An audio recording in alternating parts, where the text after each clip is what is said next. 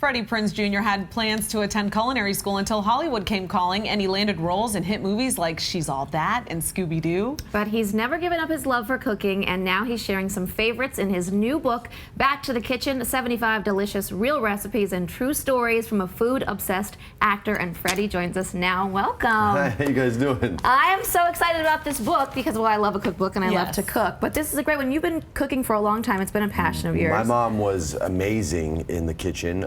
She couldn't teach me how to throw a football, but I can cook a pig like 20 different ways. So and that's much more important. That's where a lot of the stories came from in my life. A lot of the lessons that I learned, a lot of the whoopings that I got as a kid happened right before that experience. So, all the things that you remember, and it was a way for me to come and sort of share that. I didn't want to just do a book that had recipes because that just seemed boring to me. And some people think that's cool, but to me it was boring. And so I tried to make it more organic, and there's 20 plus years of stories from crazy crap that happened in this business in my career. And you cooked for co-stars and stuff too, right? I've cooked for co-stars on jobs. I've argued with them about, putting steak sauce on my steak, but we got over it. I said, just try one. It was Dule, my buddy Dule. I said, just take one bite without it. And then he had one bite. I said, was it good? He goes, it was delicious. I said, okay, now you can have as much A1 as you want. He's like, all right, thanks. Yeah, he even gets a special mention in the book, which he gets I love. a couple. He's still a close, good friend of mine. Yeah, but you have the personal stories in there and 75 recipes. How hard was it for you to whittle it down, though? This was 9 months of my life last year, so it took some time. I wanted to make things simple, but I still wanted to have some complex flavors, and that was sort of the biggest challenge, and making sure the stories sort of inspired those that are intimidated to maybe they can laugh at a story and then the recipe's right next to it and like, okay, I'll take a shot.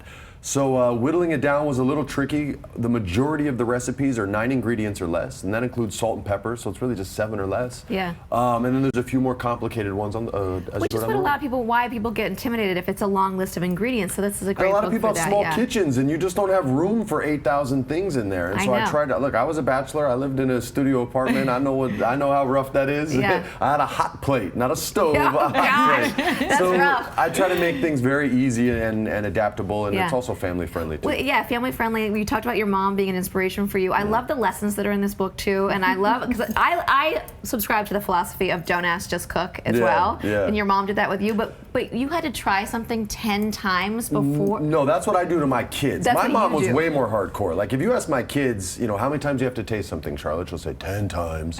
You say how many times after that? 10 more, which means she doesn't get any say in what she eats.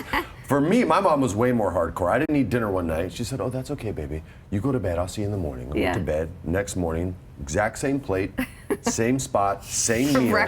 Not refrigerated, not reheated. That is hardcore. Well, let me tell you, I never cut up like that again. Like, that was game over. I had that same night, I'll say it was midnight. I don't know how late it was. I was young to where you don't even have a clock in your room. Yeah. But I went in there because I got hungry. And my mom smoked back then. She was a smoker, and the room was dark, and I went up to the refrigerator, and all of a sudden I could hear like a and I looked, and I just saw this little red light in the dark, and my mom goes, baby, you weren't hungry, go back to bed. Oh, no. She was waiting by the refrigerator because she knew. Yeah. And she had to be, I didn't have a father, so she had to be both, and she had to be tough on me. But it was a scary movie. It was like, oh my God, she's always watching. She's there. Quickly, I wanted to mention your wife, Sarah Michelle Gellar. She's in the food industry as well. Absolutely. She's got her baking company, She has Food Stirs. Yeah, she came here not too long ago for it. That's right. Yeah, she was here just a couple months ago. Do you guys both share the cooking duties at home, or does it fall on you? For dinner, it's me. We cook about 3 or 4 nights a week at the house, and I'll bring food in maybe once or twice, or we'll go out if it's something special. But I do pretty much all the cooking. Yeah. My wife does all the baking. She was probably better in chemistry in high school than I was. Yeah, it's more precise. But it's mainly me, and I clean too, because and this is for guys out there, this is not directed towards you. This is directed toward the fellas out there. If you cook and clean, when you want some special time with your wife, there is no, I'm too tired, baby. Because you just did all the work. Yes, that's a very good point. A happy marriage. Trust me. And just quickly, first impressions, you're hosting the new show. Yeah, Dana Carvey has a show called First Impressions. I'm fortunate enough to be the host. I get a Dana Carvey button. You don't. And I get to make him do every voice that he's ever done. And we bring 3 impressionists on every single week.